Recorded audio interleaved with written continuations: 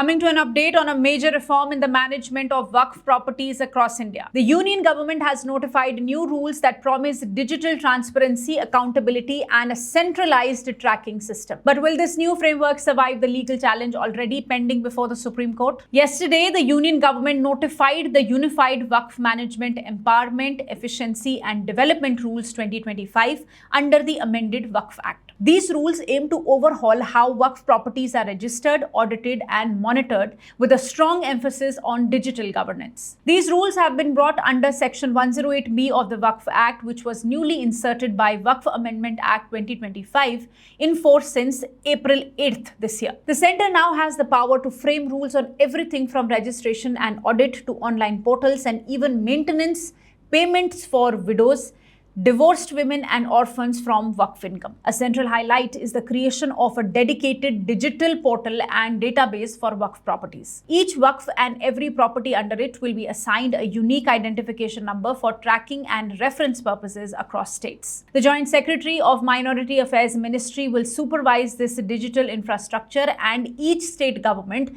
must appoint a nodal officer of Joint Secretary rank to coordinate the database and streamline processes like property registration, account keeping, and audits. Muttawalis, or the custodians of Waqf properties, are now required to register themselves on the portal using OTP-based authentication and submit full property details through their online accounts. Any wrongful declaration of property as Waqf must be investigated within a year by a government-appointed officer. After surveys are complete, state governments must publish a comprehensive list of Waqfs. The list must be uploaded on the central portal within 90 days of its publication in the official gazette. The rules also lay down procedures for registration of new Waqfs, provision of maintenance, keeping of accounts, and annual audits. But even as these wide-ranging reforms roll out, the legality of the Waqf Amendment Act 2025 remains in question. You are aware that the Supreme Court has reserved its verdict on several petitions challenging the constitutional validity of the amendment